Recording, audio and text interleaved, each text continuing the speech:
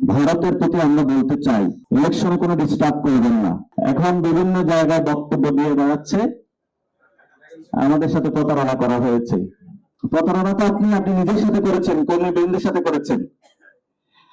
এই জন্য একটু কষ্ট হলো, একবার যদি উঠে দাঁড়াতে পারি, শির দাঁড়া করে আমরা বাংলাদেশে এই সকল পরিবারতন্ত্র থেকে শুরু করে চাঁদাবাজি, সন্ত্রাস, ধর্মীয় ফ্যাসিবাদ সবকিছু ইনশাল্লাহ ভেঙে পড়বো। আমরা এই ভাঙা দিয়ে শুরু করেছি, এখন গড়ার কাজে শুরু করেছি।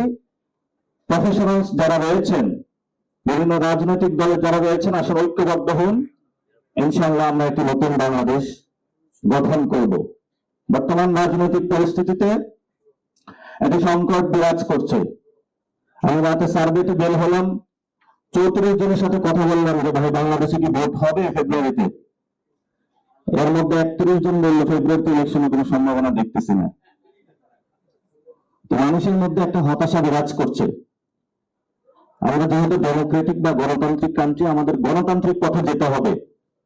কিন্তু গণতন্ত্রের জন্য যে আয়োজন, যে ভিত্তিমূলক গণতন্ত্র প্রতিষ্ঠিত হবে, যদি পুরাতন সিস্টেমে যাই, তাহলে ভবিষ্যতে আমরা গণতন্ত্রের একটি মুখের শব্দ থেকে যাবে, বাস্তব কোন গণতন্ত্র আমরা প্রতিষ্ঠা করতে পারবো না। এখন তো অনেক দলের নামের সাথে লেগে যায় যে ডেমোক্রেটিক পার্টি।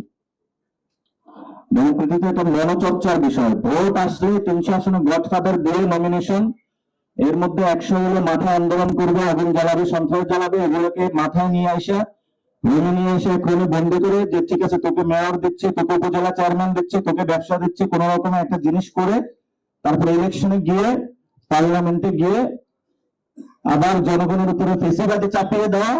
যারা এই ধরনের গণতন্ত্র আমাদের শেখানোর চেষ্টা করছে, আমরা তাদেরকে বলবো আপনারা ভুল জায়গায় এসেছেন। যদি এগুলো বোঝাতে হয়, যারা আপনাদের দলদাস, যারা আপনাদের মন খেয়ে প্রত্যেকদিন আপনাদের স্লোগান দেয়, তেল মর্দন করে, তাদের কাছে গিয়ে বলেন তরুণ প্রজন্মের কাছে আপনাদের জায়গা হবে না ইনশাআল্লাহ। কারণ আমরা শিক্ষিত, বাপের টাকা দিয়ে পড়াশোনা করেছি, নিজেদের জমি বিক্রি করে পড়াশোনা করেছি। আপনাদের কোন ফ্যামিলির কাছে আমাদের জীবন বর্বাদ দেওয়ার জন্য নয়। ভারতের প্রতি আমরা বলতে চাই, ইলেকশনে কোনো ডিস্টার্ব করবেন না। যদি ডিস্টার্ব করতে আসেন, এই বাংলাদেশে আপনাদের অনেক ইনভেস্টমেন্ট রয়েছে, আমরা এখনো কিন্তু কিছু বলি নাই।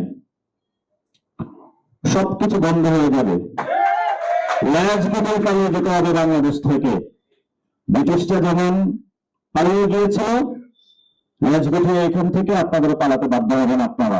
আমরা শুধু একটু সময় নিচ্ছি, সময়ের অপেক্ষা। তবে তাদেরকে পালাতে বাধ্য করতে হলে